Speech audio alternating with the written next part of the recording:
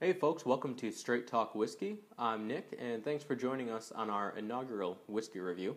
Today we're going to be starting with Jack Daniel's Old No. 7, an American classic, and I thought it would be a fitting start because it was the first whiskey I'd ever tasted. So, of course, it holds a special place in my heart.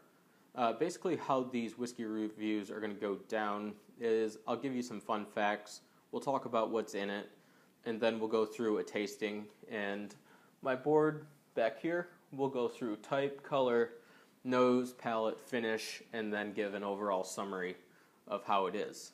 So you can take some notes if you want, or if you want to taste along, that's great too. So let's get right into it. What exactly is a Tennessee whiskey?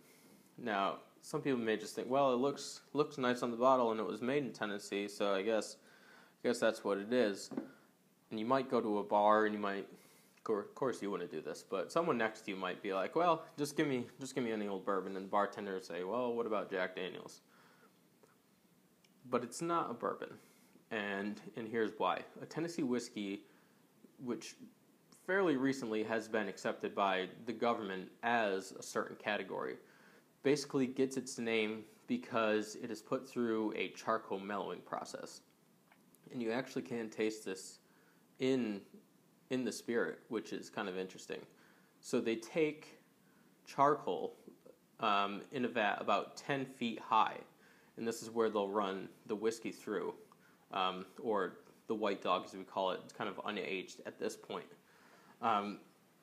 So basically this gives it that staple Tennessee whiskey.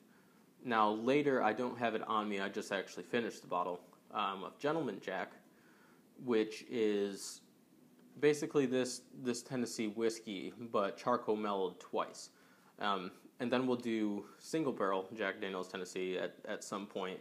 And they have some unaged and rested rye out there now, which will be kind of interesting to review. So we'll get into that.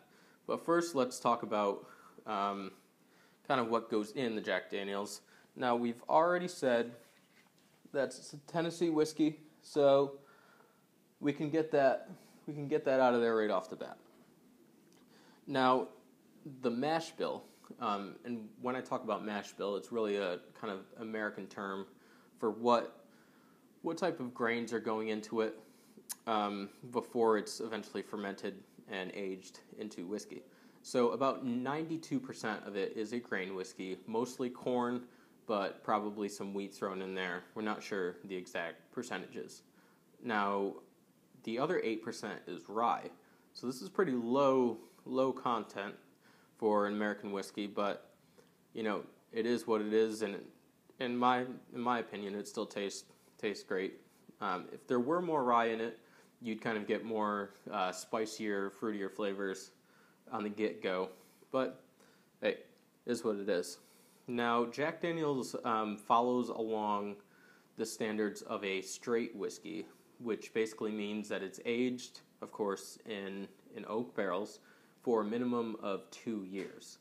So I'm not sure exactly how long. Could be, 3, 4, 5 years. Don't really know. The people at Jack Daniel's do, and that's their secret. So let's get right into the tasting.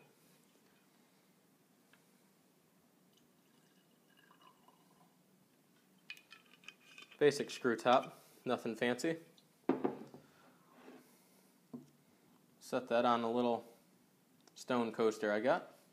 Don't really need it, but hey, adds to the value of the effect here. So, looking at the color, let's say we got sort of a golden amber going on, which is pretty nice. So let's put up our golden amber color. Wonderful. Now, we'll talk about this a little later, but caramel coloring, E150A. A lot of people have different opinions on it. We'll get into that. That's a whole nother review later. It's nothing to get into now. We'd be here for an hour. But American whiskey is not allowed to add caramel coloring. So it's really nice, at least for me, that you can see kind of how the aging colors the whiskey, which is great. So yeah. Now let's go on to the nose.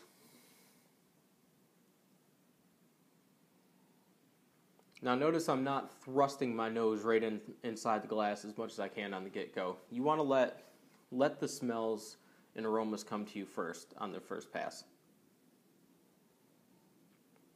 So initially what I get is kind of this sweeter note, which is sort of interesting. It's kind of like sweet corn is what I'm getting. So let's put that on the nose.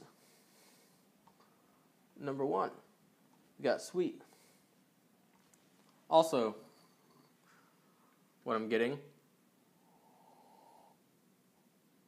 is kind of some dried fruits in there. Dried fruit, definitely the oak influence. You can smell a little bit of caramel, probably from the toasting in the barrel.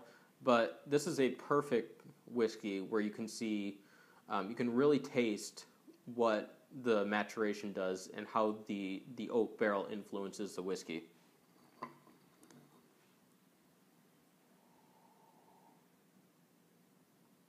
Yeah, wonderful. And as time goes on, you sort of get more and more of the sweeter notes, which is pretty interesting.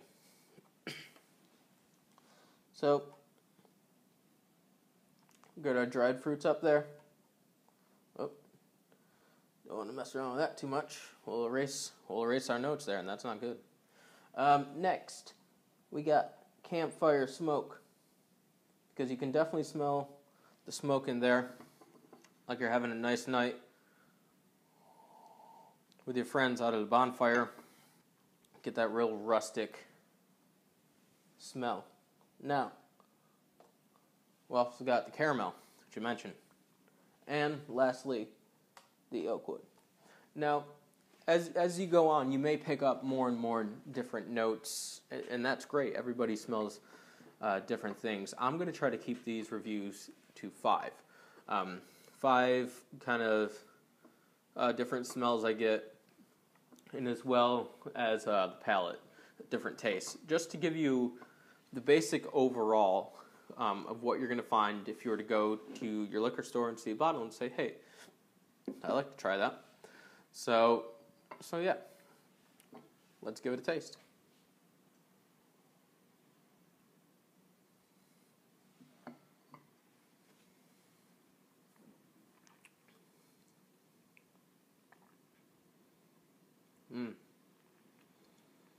Now, there's a nice balance going on in here. There's a lot of things going on.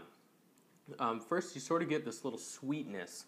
The sweetness being that fresh sweet corn that we mentioned. Definitely getting a lot of sweet corn there. The dried fruits are coming in. And definitely the oak wood influence, vanillas, wood, smoke.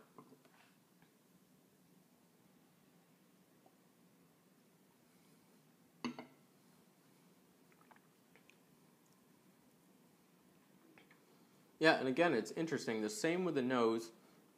You get kind of this really sweet taste to it. And especially as time goes on, that'll especially be true.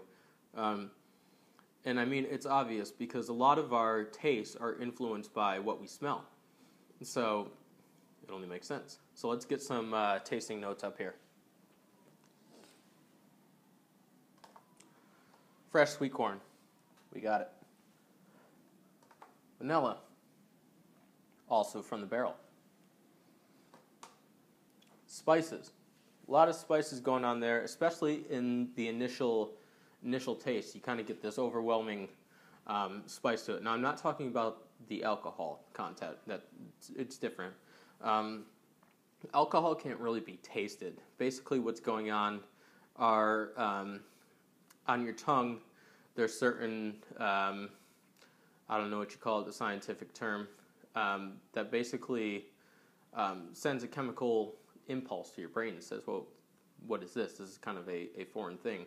So that's basically just a pain receptacle, how it deals with that.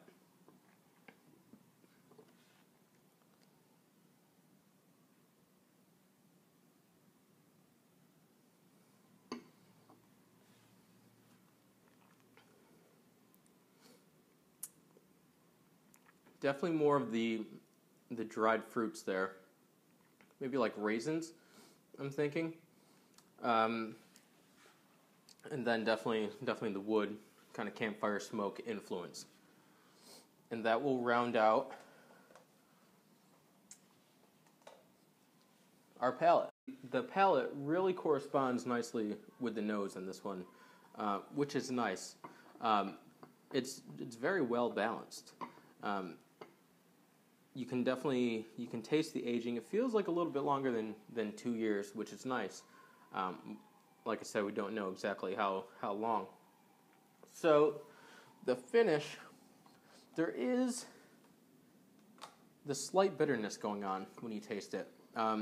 It's hard to exactly pinpoint what it is.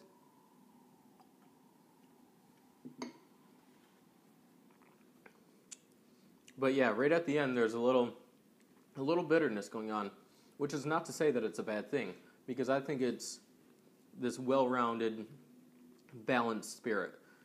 Basically, you get the initial spices, the fruits, then you transition into the wood and the caramel, and then this little bitterness kind of wraps it up pretty nicely. So, and it also goes down pretty smooth. There's nothing that you feel like your mouth is on fire or your throat is on fire as it's going down, which is also good. So, on a summary, I would say this is a very approachable spirit, and also, as we said, well balanced. So, I think that's about it for time. So, let's give it our score. Straight Talk Whiskey score of 84 out of 100. That's it for Straight Talk Whiskey. I'm Nick.